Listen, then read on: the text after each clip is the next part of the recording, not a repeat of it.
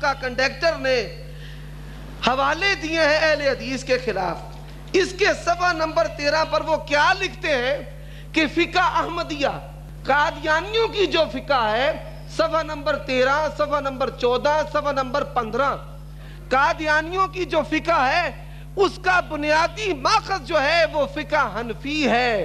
ہم نے جو مسائل لیے ہیں وہ فقہ حنفی سے مسائل لیے ہیں، اور اگر ہم نے اختلاف کیا ہے، اختلاف انہی اصولوں پر مبنی ہے جنہیں فقہائے حنفی تسلیم کرتے ہیں، کیونکہ فقہ احمدیہ کے وہی ماخذ ہیں جو فقہ حنفی کے ہیں۔ تو فقہ حنفی اور یہ فقہ احمدیہ کا آپس میں بڑا گہرا سنگم ہے۔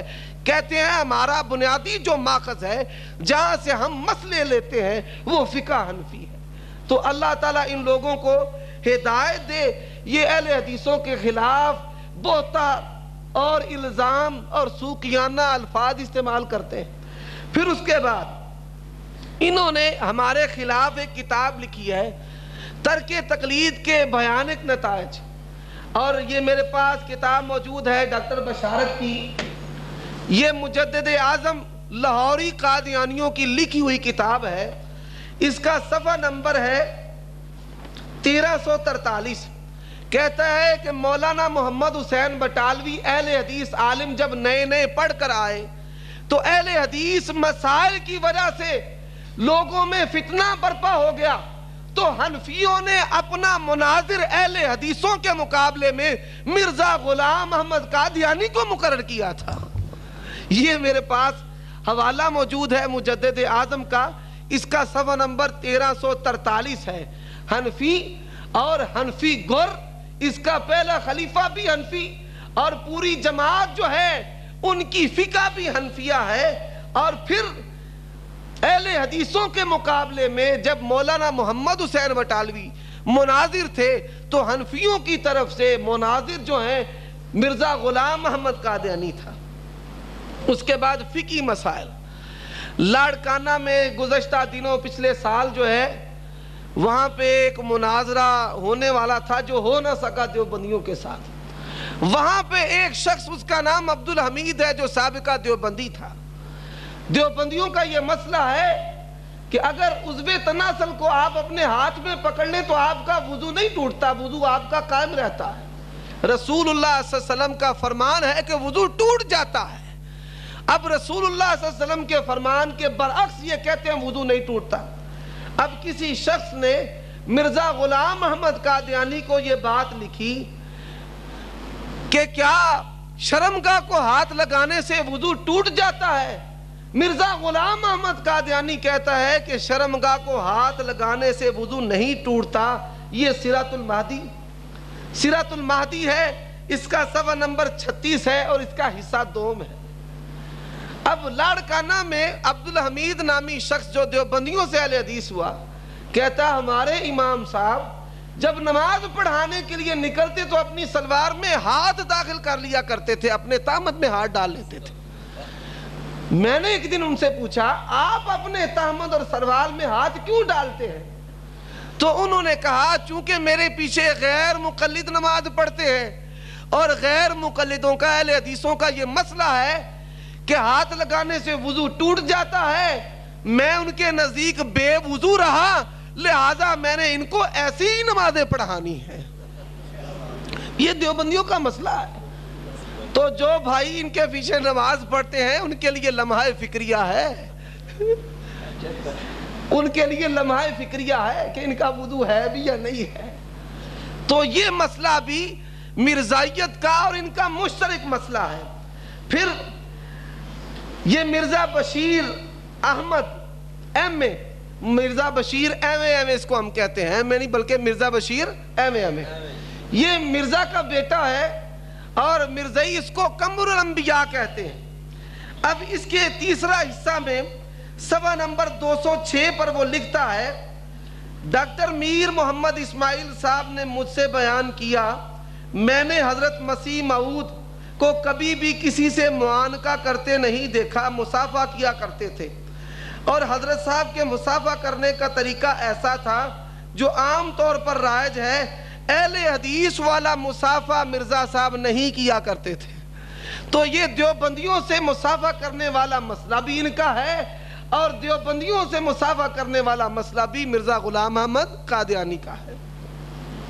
اس کے بعد صف بندی کا مسئلہ، ان کو پاؤں ملانے سے بڑی چڑ ہے، کندھے کے ساتھ کندھا ملانے کے ساتھ بڑی نفرت ہے یا نہیں ہے جی؟ بالکل ہے۔ اب مرزا غلام احمد قادیانی کو بھی، یہ سیرت المہدی مجھے دیں، مرزا غلام احمد قادیانی کو بھی پاؤں کے ساتھ پاؤں اور کندھا کے ساتھ کندھا ملانے کے ساتھ بڑی چڑ تھی، اور اس مسئلہ کو انہوں نے موزے کا خیز نعوذ باللہ مسئلہ قرار دیا ہے۔ رسول اللہ صلی اللہ علیہ وسلم کا فرمان ہے پاؤں سے پاؤں ملاؤ، کندھے سے کندھا ملاؤ۔ مرزا غلام احمد قادیانی کو بھی چڑ اور نفرت تھی، ان کو بھی جو ہے چڑ اور نفرت تھی۔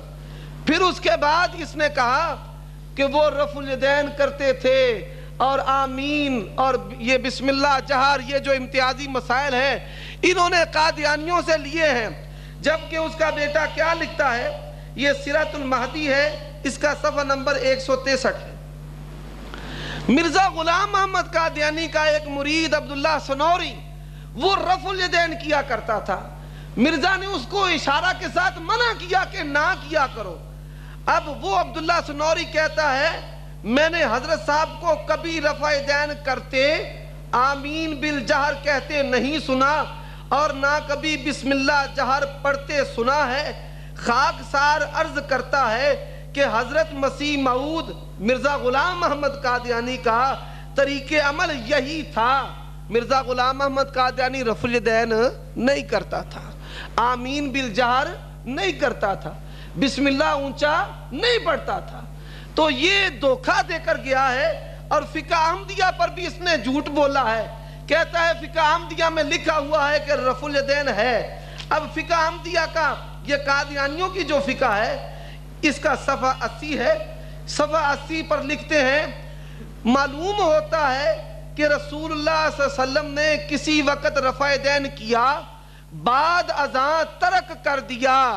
یہ پہلے کرنے کا اور بعد میں چھوڑ دینے کا موقف ان کا ہے، اور یہی موقف مرزا غلام احمد قادیانی کا ہے جو فقہ احمدیہ میں لکھا ہوا ہے۔